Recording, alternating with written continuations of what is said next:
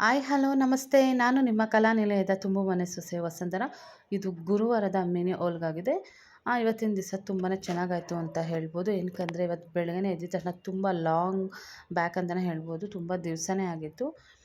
ಚಿತ್ರಾನ್ನ ಬೇಕು ಅಂತ ಇದ್ರು ಮಕ್ಕಳು. ನಮಗೂ ತುಂಬಾ ಇಷ್ಟ. ಬಟಾಣಿ ಮನೇಲಿತ್ತು. ಸೊ ಬಟಾಣಿ ಹಾಕಿಬಿಟ್ಟು ಚಿತ್ರಾನ್ನ ಮಾಡಿದೆ. ತುಂಬಾ ಚೆನ್ನಾಗಾಗಿತ್ತು. ನನ್ನ ಮಕ್ಕಳಿಬ್ರಿಗೂ ಕೂಡ ಇರಲಿಲ್ಲ. ನನ್ನ ವಾರ್ಗಿತಿ ಮಕ್ಕಳಿಗಿಬ್ರಿಗೂ ಸ್ಕೂಲಿತ್ತು. ಸೊ ಅವರಿಬ್ರಿಗೆ ಮಾತ್ರ ಲಂಚ್ ಪ್ಯಾಕ್ ಮಾಡಿಬಿಟ್ಟು ಅವನ್ನ ರೆಡಿ ಮಾಡಿ ಕಳಿಸೋಣ ಅಂದ್ಬಿಟ್ಟು ನಾನೆಲ್ಲ ಅವ್ರಿಗೆ ಟಿಫನ್ಗೆಲ್ಲ ಬ್ರೇಕ್ಫಾಸ್ಟ್ ಎಲ್ಲ ಮಾಡಿ ಅವ್ರಿಗೆ ಲಂಚ್ ಬಾಕ್ಸ್ ಮಾಡಿಬಿಟ್ಟು ನಾನು ರೆಡಿ ಮಾಡಿದೆ. ಅದಾದಮೇಲೆ ನನ್ನ ಮಗನಿಗೆ ಹಾಸ್ಪಿಟಲ್ ಇತ್ತು ಚೆಕಪ್ಗೆ. ಸೊ ಹೋಗೋಣ ಅಂದ್ಬಿಟ್ಟು ಅದಾಗಿದ ತಕ್ಷಣ ಫ್ರೆಶ್ ಅಪ್ ಆಯಿತು. ಸ್ನಾನ ಎಲ್ಲ ಮುಗಿಸಿ ನಾನು ರೆಡಿ ಆಗೋಕ್ಕೆ ಬಂದೆ. ಬೆಳಗ್ಗೆ ಎದ್ದುಬಿಟ್ರೆ ಅದೆಷ್ಟು ಕೆಲಸಗಳಿರುತ್ತೆ, ಏನಿರುತ್ತೋ ಸಾಕಾಗುತ್ತೆ. ಹೇಗೆ ಮಧ್ಯಾಹ್ನವರೆಗೂ ಟೈಮ್ ಪಾಸ್ ಆಗೋದು ಅಂತಲೇ ಗೊತ್ತಾಗಲ್ಲ. ಅದಾಗಿದ ತಕ್ಷಣ ನಾನು ಸ್ನಾನ ಮಾಡಿ ನಾನು ನಾರ್ಮಲಾಗಿ ನಾನು ರೆಡಿ ಆದೆ. ರೆಡಿ ಆಗಿದ ತಕ್ಷಣ ಅಲ್ಲಿಂದ ನಾನು ಹೊರಟೆ.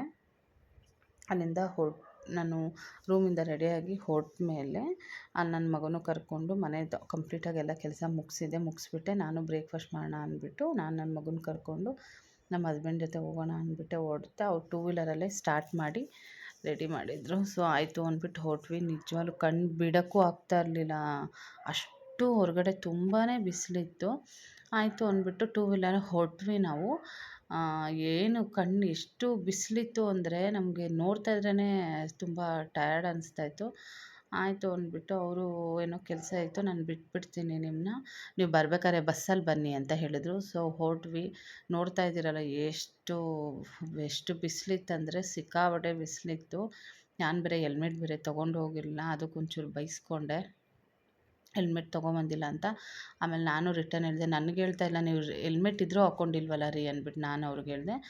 ಆಯಿತು ಅಂತ ಬಗ್ಲುಗುಂಟೆಲಿರೋ ವಿಡಿಯೋ ಸ್ಟಾಪ್ ಹತ್ರ ಇದಿರೋದು ಮಂಜುನಾಥ ನೇತ್ರಾಲಯ ಅಂತ. ಸೊ ತುಂಬಾ ಚೆನ್ನಾಗಿದೆ. ಇದು ಸೆಕೆಂಡ್ ಟೈಮ್ ಚೆಕಪ್ ಬರ್ತಾ ಇರೋದು.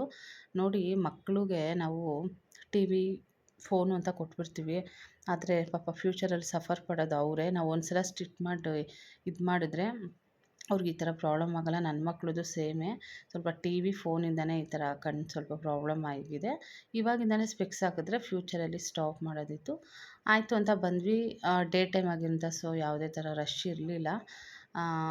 ಒಂದು 10 ಮೆಂಬರ್ಸ್ ಅಷ್ಟಿದ್ದರು. ಅದಾದಮೇಲೆ ಕರ್ಕೊಬಂದರು. ರೆಟಿನಾ ಟೆಸ್ಟ್ ಅಂತ, ಇದು ಕಣ್ಣಲ್ಲಿರೋ ನರಗಳದ್ದು ಚೆಕ್ ಮಾಡಿಬಿಟ್ಟು ಅದು ರಿಪೋರ್ಟ್ನ ಕಳಿಸ್ಬಿಟ್ಟು ಇವ್ರ ಹತ್ರ ಕಳಿಸ್ತಾರೆ.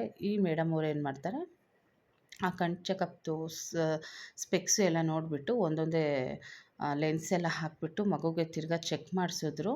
ಅವ್ರಿಗೆ ಎದುರುಗಡೆ ಇರೋ ಒಂದು ಟಿ ವಿಲಿ ನೋಡಿಬಿಟ್ಟು ಹ್ಯಾಂಡ್ ರೈಟಿಂಗ್ ಅಕ್ಷರಗಳೆಲ್ಲ ಕಾಣುತ್ತಾ ಅಂತ ಸ್ಮಾಲು ಬಿಗ್ಗಿಂದನೂ ಎಲ್ಲ ತೋರಿಸಿದ್ರು. ಸೊ ಅವನಿಗೂ ಮಾಡಿದ್ರು. ಅದಾಗಿ ಒಂದು ಸ್ವಲ್ಪ ಹೊತ್ತಿಗೆ ಒಂದು 3 ಥರ ಡ್ರಾಪ್ನ ಅವನಿಗೆ ಕಣ್ಣಿಗೆ ಹಾಕಿದ್ರು. 45 ಮಿನಿಟ್ಸ್ ಅಷ್ಟು ಅವನ್ನ ಹಂಗೆ ಕಣ್ಣು ಮುಚ್ಕೊಂಡೇ ಇರಬೇಕು ಅಂದರು. ಅದಾದಮೇಲೆ ಡಾಕ್ಟ್ರ್ ಹತ್ರ ಬಂದ್ವಿ. ಡಾಕ್ಟ್ರ್ ಹೇಳಿದರು, ಒಂದು ಕಣ್ಣು ತುಂಬ ಇಂಪ್ರೂವ್ ಆಗಿದೆ, ಏನು ಪ್ರಾಬ್ಲಮ್ ಇಲ್ಲ, ಬಟ್ ಇನ್ನೊಂದು ಕಣ್ಣು ಒಂಚೂರು ಲೈನ್ ಇದೆ, 1 ಇಯರ್ ಕಂಟಿನ್ಯೂಸ್ ಹಾಕಿ ಅಂತ ಹೇಳಿ ಕಳಿಸಿದ್ರು. ಸೊ ಕಣ್ಣು ತುಂಬಾ ಮುಖ್ಯ, ಮಕ್ಳಿಗೆ ದಯವಿಟ್ಟು ಕೊಡಬೇಡಿ. ಅದಾದಮೇಲೆ ನನಗೆ ಬಸ್ ಸ್ಟಾಪ್ ಡ್ರಾಪ್ ಮಾಡಿದ್ರು. ನಾವು ಇದೇ ಉರಿ ಬಿಸಿಲಲ್ಲಿ ಇಳಿದ್ಬಿಟ್ಟು ನಡ್ಕೊಂಡು ಹೋಗ್ತಾಯಿದ್ವಿ. ನೋಡಿ ಎಷ್ಟು ಬಿಸಿಲಿತ್ತಂದರೆ ನಮ್ಮ ಮನೆಯಿಂದ ಹೋಗೋಕೆ ಒಂದು 10 ಮಿನಿಟ್ಸ್ ಸಾಕು, ಬಟ್ ಅಷ್ಟು ಸುಸ್ತಾಯಿತು. ಅದಾದಮೇಲೆ ಮನೆಗೆ ಬಂದ್ವಿ. ಪಪ್ಪಾಯ ಕಟ್ ಮಾಡಿದರು ಈವ್ನಿಂಗು.